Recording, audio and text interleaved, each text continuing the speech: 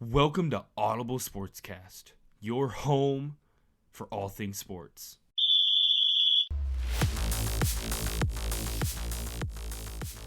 Welcome back to another episode, everybody. For the first time in a very long time, we have with us Brett, Cody, and Jeff. How is everybody doing today? I'm doing excellent.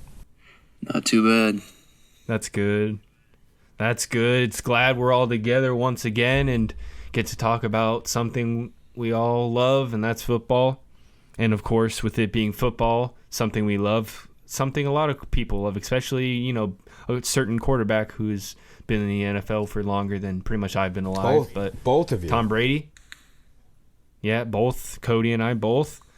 Tom Brady, he retired. We won't spend too much on him. We'll talk about him probably after the Super Bowl for everything he's done. But we just, really quick, of course, him and J.J. Watt both. I mean, technically, J.J. Watt was a while ago, but both of them are officially kind of retired. And well, here's a quick question for you.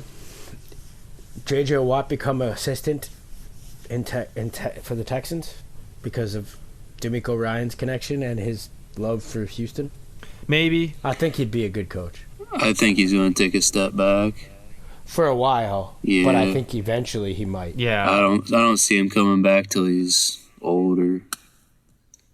He's pretty family oriented. With that, I'm shocked that he isn't gonna True. he's retiring because Pittsburgh would have made a way to sign him. if he It's his didn't injuries. if he didn't have that It's- heart and all the issue, injuries the heart issue he had this year, the fact he just had a kid, it's like those two things alone. Yeah, I know. Like, I know. But let him enjoy his time with his new, pretty much new family, and I could definitely see him being a coach sometime, if not joining the NFL again when he's 50. No. If anyone's going to do it, it'd be J.J. Watt. It's over for him playing. I just don't think he wants to get hurt anymore. Yeah, definitely. It's like you either get to choose when you retire, It's just or sad because someone else. he's AKA one of those injured. guys. He's a likable guy, And I'm not saying that because he's Yeah. from Wisconsin and blah blah blah. It's just he's a likable guy. Agreed. But hey, congrats for him and both Tom Brady for a great and hopefully long retirement. And here in 4 years they'll be first ballot Hall of Famers. But that's not what we're going to talk about today. We'll talk about them later. Finally reached the Super Bowl. Super Bowl is going to be, I guess, in a little bit more of a week. So this week we're just really going to recap the games, the NFC and AFC Championship games. Before we really get deep into those, our records for this week, or last week, I guess I should say. I went 1-1. Cody, Brett, you both went 0-2. Because we picked the smart ones, we just got screwed over. That's all. Even after the fact, I was like, well, maybe I picked the wrong teams. Yeah, it's like we talked about last week. These are the best, no matter what way you look at it, these are the four best teams. It's like either of them can win. I didn't see Brock Purdy getting hurt. I think oh, no. You can call me crazy still, but I still think 49ers would have won if Purdy didn't fuck up his hand. Yeah. Oh, even if he doesn't get hurt, there's a situation when Josh Johnson had a chance to go on a drive right before half, and then he botches the snap, doesn't get it. And so what's sad is even you can't without Brock hate Purdy, on Josh Johnson because he's literally their fourth quarterback, and somehow a guy who's never been a real starter in the NFL has been out of the league for a while and then brought back to so many teams. Yeah, this isn't even his first stint. No, in San he's been Francisco. all over. Wasn't he in Cleveland helping out for a while? A couple. I think so. He's had one stint. I'm pretty sure he's one team away from holding the record for most teams played in the NFL. I believe. Fitzmagic? He's been in the NFL since 2008. You got to give him credit. This is his 15th season. some of that time was spent, I think, overseas in a Euro League one of those non-NFL leagues. I forget where, but he was on a couple practice squads for several years. But yeah, he's been around, and for him to be around that long, hey, he had a chance, but he blew it. Yep. That happens. But it does happen. And, I mean, we're kind of talking about it right now. Let's kind of get into this 49ers-Eagles game. We've already, kind of said it. 49ers really didn't have a chance because of Brock Purdy getting hurt, and now might not even be the starter for next year. That'll be something to look into deeper as the offseason goes. In my opinion. What do you do? I just don't know what... we'll talk about that another day, but what do you do? I like Brock Purdy. Yeah, but I think we just keep Lance and Purdy. And we'll leave it at that. We can go into that later. I don't like Lance at all, but yeah. Yeah, but I don't think you trade him yet. No, I'm not talking about trading, no. But unless they get something wild, trade offer-wise.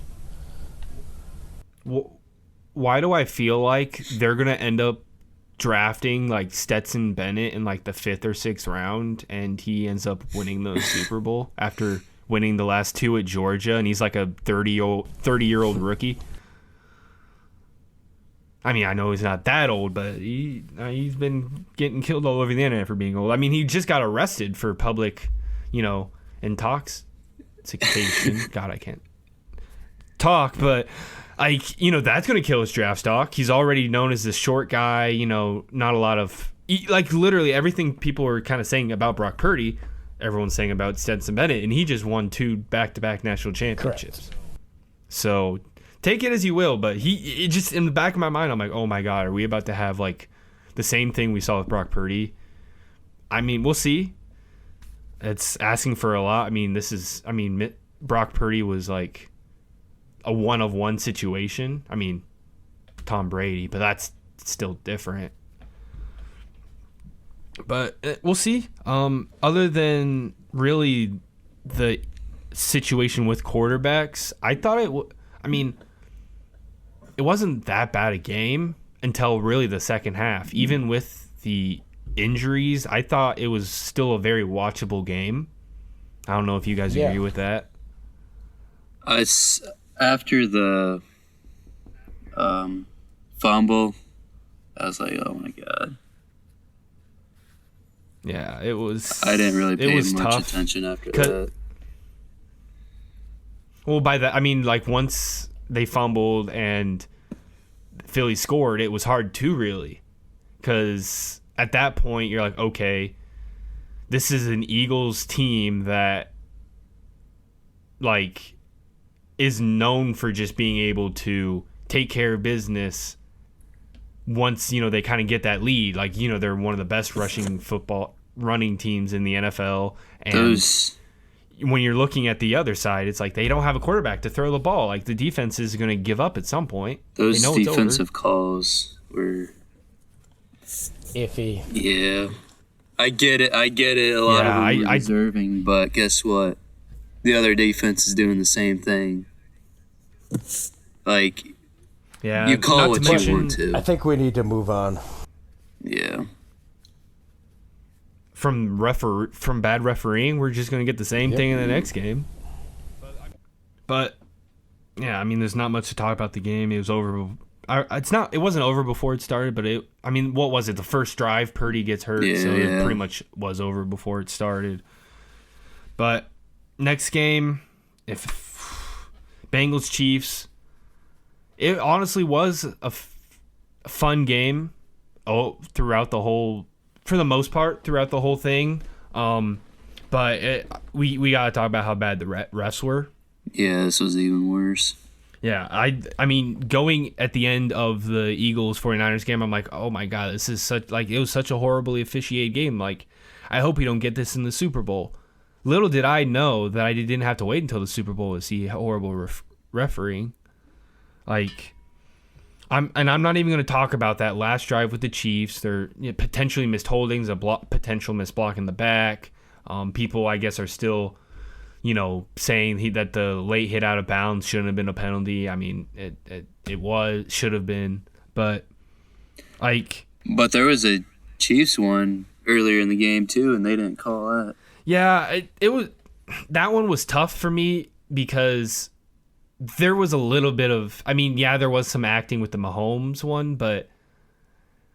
You can kind of tell watching a slow, because I'm guessing you're talking about the one I think on literally the drive before that one when Chris Jones kind of gives him a little whack. When I think it was Chris Jones, it might not have been.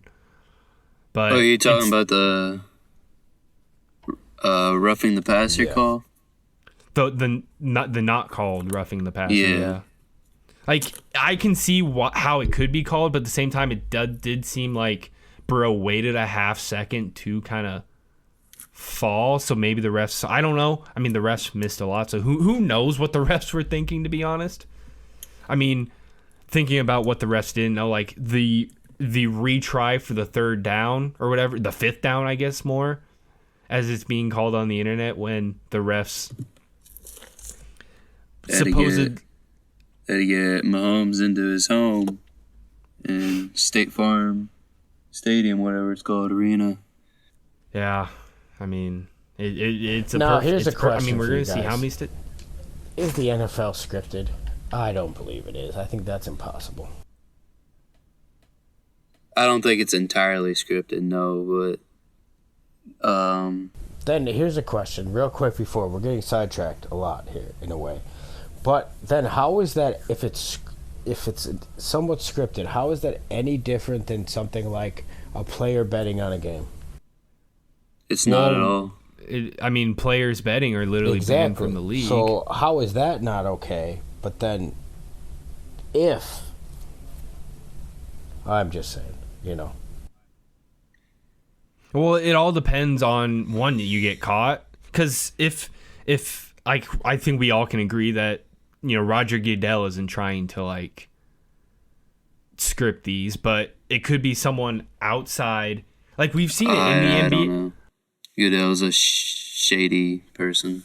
Yeah, that honestly, that is true. Where there's money to be made, you're gonna make it.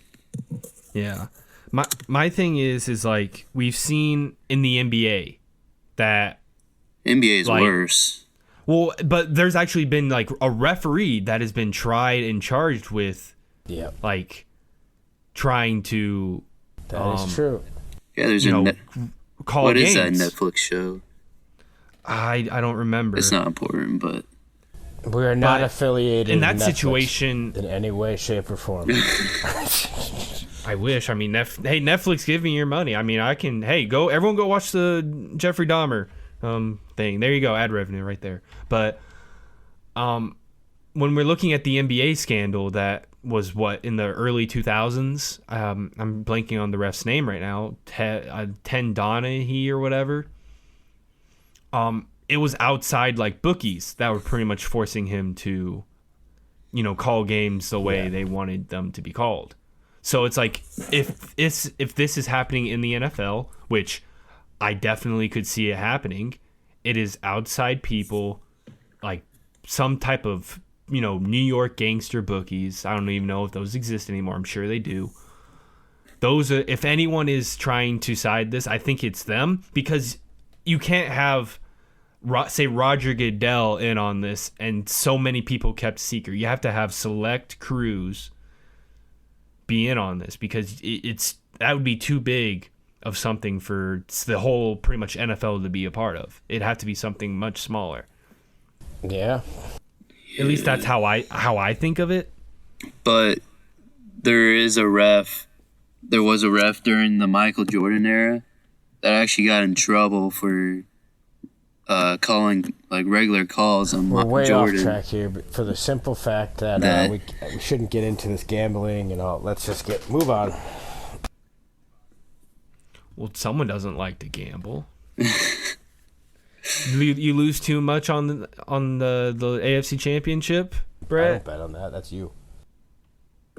Yeah, you're right. That's me. I'm the one who lost all the money last weekend.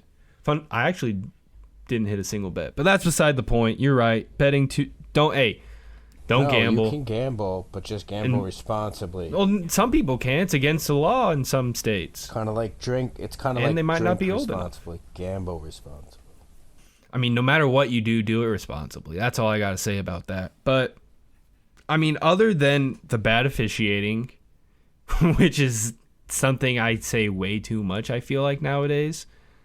It's a big problem. It's been a horrible. I mean, the NFL has looked into regular, like the Rams Seahawks game. Eventually, you know what it'll be? Computers. Or like AI. So. I'm surprised it's not to that point right now. Technology's there. I mean, baseball still uses umpires to figure out if a ball was a strike or not, when you can easily do that without computers. So people always say it makes the game slow, but you got to do something, because you're having it's projected 50 million people watch the Chiefs-Bengals game. Like, they all saw how bad that was. You can't tell me that's not going to affect how they watch or follow, football for the Super Bowl or at any other time, if they think, stuff is scripted or rigged. Yep. It's just... I mean, I guess here, realistically, because you know how I feel about these teams. They are the best teams. I don't think Cincy's there yet. I don't think Cincy's defense is where it needs to be. That's secondary-wise. That is why they didn't win this game, besides officiating. Oh, yeah, if you look at Mike White's stats, I believe he was targeted 8 times and allowed 7 catches for 120 yards or something like that. Their pass rush is fine. Their linebackers is fine. And you can't blame that guy. First of all, I thought he blew out his knee when he pushed Mahomes. Yeah. Osai. Didn't it look like he Joseph fucked his knee Osai. up? Or pardon my language, but... Isn't the Bengals D-line ranked 28th or something like that in pass they get pressures? 28's pretty bad, though. Yeah. But, I mean, it's definitely not a top. I'm just supporting your point. We should. That's still better than ours. That's still, yeah, but... I mean, the Bengals are super. I wouldn't say reliant on their offense, but they just have. The defense, because Burrow's still not paid. I think Mixon's time's coming to an end. I agree with that. With the way he kind of played last week, invest in the offensive line more and defense. While Burrow's still on a rookie deal. Well, okay. Well, here's the thing, Burrow.